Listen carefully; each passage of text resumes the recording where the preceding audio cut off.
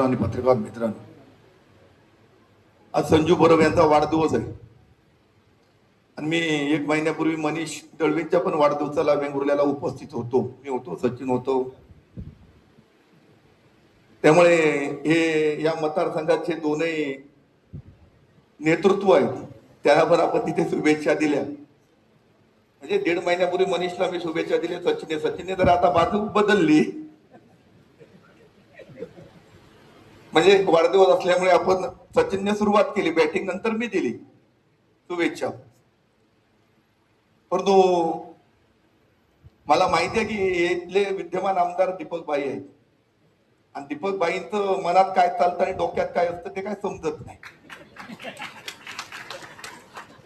हे सचिन तेंडुलकर सारखे निवृत्त होतील, पुढे जातील, सुनील गावस्कर होतील काय, ते त्यांचे म्हणजे ते भीष्म ह्याच्या त्यांना भीष्माला कसं म्हणजे इच्छा हे होतं, तसं दीपक भाईंना स्वतः ते म्हणतील, ठरवतील त्यावेळी त्यांचा वारसदार ठरू शकतो.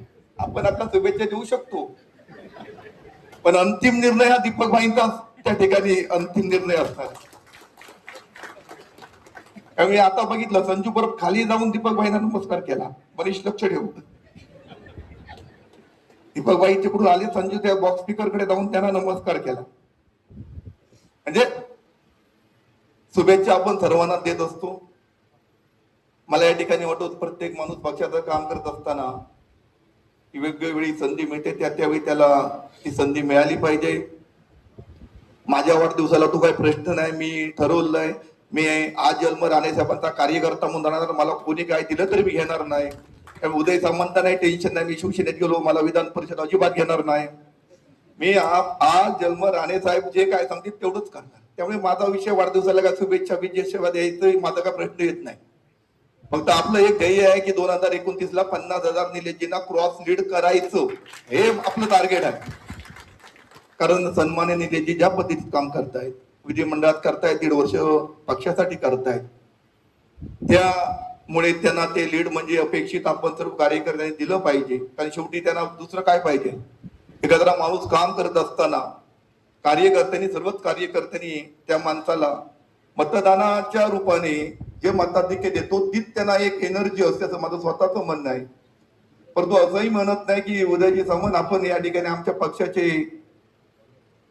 प्रमुख आहात, आपण सुद्धा निलेजींना महाराष्ट्रामध्ये ज्या पद्धतीत शिवसेनेचा झेंडा घेऊन ते लढतायत, त्यांना योग्य वेळी योग्य याच क्रमला त्यांना आपण संधी दिली पाहिजे, असंही माझं म्हणणं आहे. असं आपल्याला मी या ठिकाणी सूचित करतो. संजू परब एक खरोखर तळागाळात फिरणारा एक कार्यकर्ता आहे. सन्माननीय आमदार निलेजीचा अतिशय जवळचा मित्र आहे आणि आज त्यांचा जन्मदिवस आहे. मी शुभेच्छा 100% देत असताना मी सांगतो की आपण काम करत राहा. सचिन वालावलकर मगाशी म्हणाले की सन्मान्य उदयजी असतील, दीपक भाई असतील, प्रत्येक आमचे आमदार निलेशजी असतील, आमचे सन्मान्य राणेसाहेब असतील, पालकमंत्री आमचे नितेशजी असतील, ही सर्वच मंडळी या जिल्ह्यामध्ये काम करत असताना योग्य त्यावेळी योग्य व्यक्तीला, काही एकच गोष्ट नसते की विधान परिषद विधानसभा आमदार व्हायचं तर कुठेही जर मनात घेतलं तर ही मंडळी संजू परब असतील, मनीष दळवी असतील, कुठेही वर्णी लावू शकतात.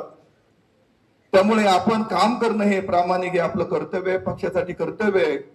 आणि संजू परब हे अतिशय एक सोज्वळ स्वभावाचं व्यक्तिमत्व आहे. ते भेटतात सर्वांनाच, पण असतात निलेजींबरोबर. त्यामुळे मी संजू परब यांना शुभेच्छा देत असताना सांगतो की आपण खरोखर या ठिकाणी आज आपला जन्मदिवस आहे, आमदार व्हावं माझी स्वतःची खरोखर इच्छा आहे, पण मी मनीषलाही तशीच सांगितली आहे. परंतु आपण दोघांनी अतिशय पक्षासाठी काम करा आणि दोघांनी नंतर जर दीपकबाई म्हणत असतील तर दोघांनी ठरवा. कारण दोघांची आता मनीष पण बोलले की संजू आणि माझे खूप घनिष्ठ संमत आहेत जुने, त्यामुळे तुमच्यात काही मतभेद होतील असं वाटत नाही, नाही तर आपण टॉच उडू. परंतु आपण तिसऱ्याला या ठिकाणी कोणालाही रिगायला देता कामा नये. आपण सर्वजण एकत्र आहोत, एक कुटुंब आहे. आणि शिवसेना भाजप पक्ष हा महाराष्ट्रामध्ये आज सत्तेमध्ये आहे, केंद्रामध्ये आहेत, अतिशय चांगलं काम करतायत.